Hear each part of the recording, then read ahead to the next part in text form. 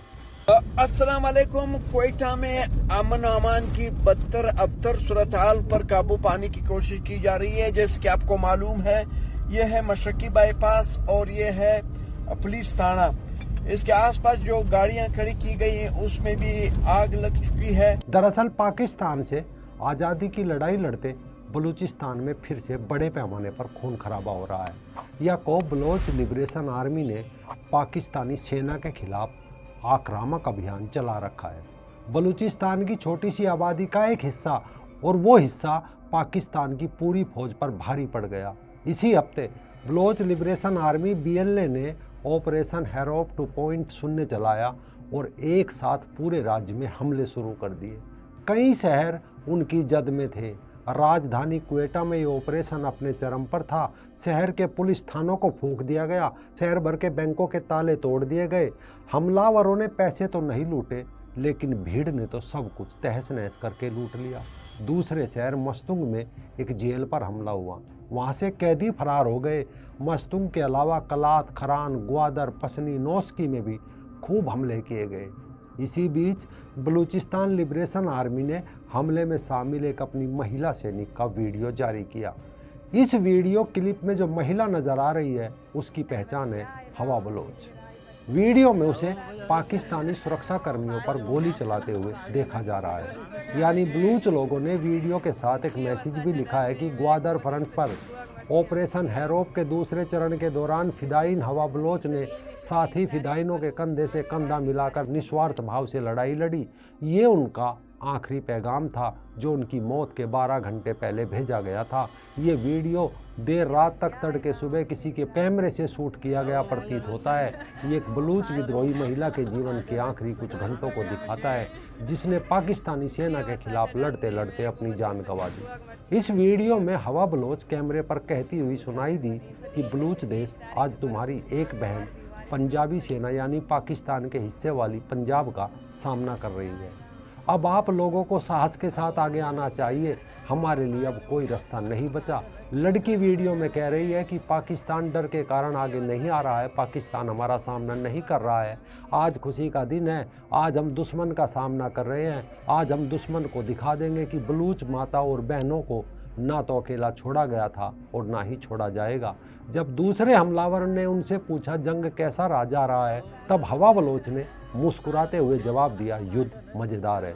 दूसरा हमलावर हवा बलोच को उसके कॉल साइन ड्रोशुम कहकर बुलाता है और बलोच ने कैमरे की ओर देखते कहा, हम बस दुश्मन का इंतजार कर रहे हैं। दुश्मन कहीं दिख नहीं रहा है, दुश्मन कायर है, वे बस दूर से गोलीबारी कर रहे हैं, उनमें आगे आने की हिम्मत नहीं है। आओ आओ, आज हम तुम्हारा इंतजार कर रहे हैं। आज तुम्हारा सामना बलूच महिला स्वतंत्रता सेनानियों से होगा। आज तुमको पता चलेगा कि बलूच महिलाओं का सामना करना कितना कठिन है। महिला ने बलूचिस्तान को दिए अपने आखिरी मैसेज में कहा कि बलूच देश को जागने की ज़रूरत है। हम बलूच सरदारों लड़ाकों के साथ कंधे से कंधा मिलाकर खड़ा होना चाहिए। दुश्मनों के दिन गिने चुने रह गए हैं, उनके पास उतनी ताकत नहीं है। बलूच देश को समझना होगा कि दुश्मन के साथ कोई समझौता नहीं हो सकता। देखिए आज हमारे लड़ाके अपने जीवन का बलिदान दे रहे हैं, खुद को टुकड़ों में उड़ा रहे हैं, फिर भी कुछ चंद लोग पैसों के लिए उनकी जासूसी कर रहे हैं। वीडियो के आखिर में दिखता है कि हवा बलूच की खून से सनी लाश और एक अन्य लड़ाके की लाश के साथ धूल में पड़ी हुई है।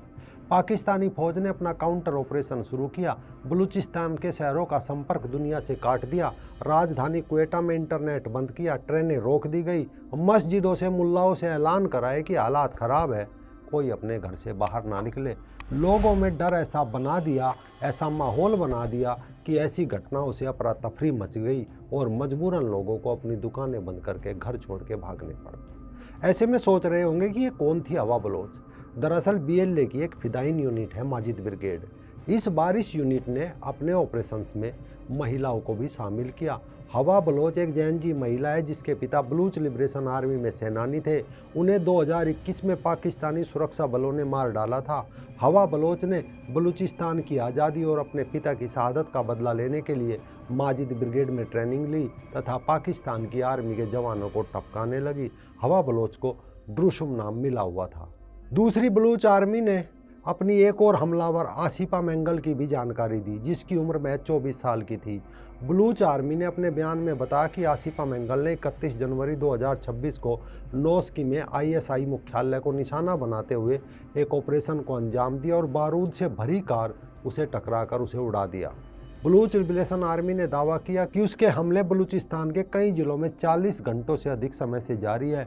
उनका दावा है कि पाकिस्तानी सेना, पुलिस और फ्रंटियर कोर के 200 से अधिक लोग मारे गए और कम से कम 17 व्यक्तियों को पकड़ लिया गया है। वहीं दूसरी तरफ पाकिस्तान की सरकार ने दावा किया कि सेना के जवाबी हमले में BLA के 145 विद्रोही मारे गए हैं।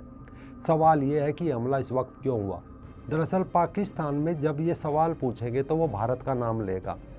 पाकिस्तान ने बाकायदा इसके लिए एक शब्द भी गढ़ रखा है, फितना अल हिंदुस्तान, यानी हिंदुस्तान की शरारत। वो कहते हैं कि BLA को मदद सरहद पार यानी भारत से मिल रही है। इसका कारण ये है कि विदेशी हाथ का शोर मचाकर वो अपनी जनता को ये समझा लेते हैं कि फौज अंदरूनी बगावत से तो लड़ ही नहीं रही, बाहरी दुश्मनों से भी लड़ रही है। इससे अपनी उनकी कमियां छिप जाती है और बलोच लोगों की असल शिकायतों पर भी पर्दा डल जाता है। दूसरी तरफ इस ऑपरेशन के बाद जिक्र चीन और अमेरिका का भी हो रहा है। सवाल टाइमिंग का भी हो रहा है कि बलूचिस्तान की ज़मीन के नीचे खजाना छिपा है। ज़मीन में तांबा है, कोयला है, सोना है, यूरेनियम के भंडार हैं। पाकिस्तान का प्राकृतिक संसाधन पूरे का पूरा बलूचिस्तान में है। यहीं से पाकिस्तान का बड़ा समुद्री व्यापार चलता है। यहाँ का Gwadar port China Pakistan economic corridor CPEC का हिस्सा है। पाकिस्तान ने इसे चीन को लीज पर दिया है। खनन की छूट भी चीन को मिली है, लेकिन बलूच लोगों को क्या मिला? कुछ भी नहीं। यहीं से शुरू हुई बलूच लोगों को यानी हाशिए पर डाला गया। जब जब उन्होंने आवाज़ उठाई, प्रदर्शन किए, हर बार उनके प्रोटेस्ट को सेना ने कुचल दिया गया। आम बलूचों के खिलाफ फौजी ताकत का सहारा लिया, उन्हें जेलों में डाला गया। जब कोई राजनीतिक रास्ता नहीं बचा तो कुछ लोगों ने हथियार उठा लिए। हवा बलूच और आसिफा मेंगल की कहानी भी ऐसी है। जानकारों का कहना है कि टाइमिंग इस हमले की बहुत कुछ कहती है, क्योंकि खजाने पर अब दोनों महाशक्तियों की नज़र है। चीन तो था ही, अब अमेरिका भी कूद गया। अमेरिका की दिलचस्पी रैको डिक की खदानों पर है, जो बलूचिस्तान के चगई ज़िले में है। पिछले साल दिसंबर में ही अमेरिका ने ऐलान किया था कि वो यहाँ माइनिंग के लिए अरबों डॉलर का निवेश करेगा। इस प्रोजेक्ट का मकसद बलूचिस्तान से रेयर अर्थ मिनरल्स निकालना है, वो मिनरल्स जो आज की टेक्नोलॉजी के लिए ज़रूरी है। बस यहीं से एक नई जंग शुरू होने वाली है। जंग का अंत क्या होगा अभी कहा नहीं जा सकता, लेकिन इतना तय है कि ये जंग एक दिन एक नए देश बलूचिस्तान को नक्शे पर जरूर ला कर रहेगी।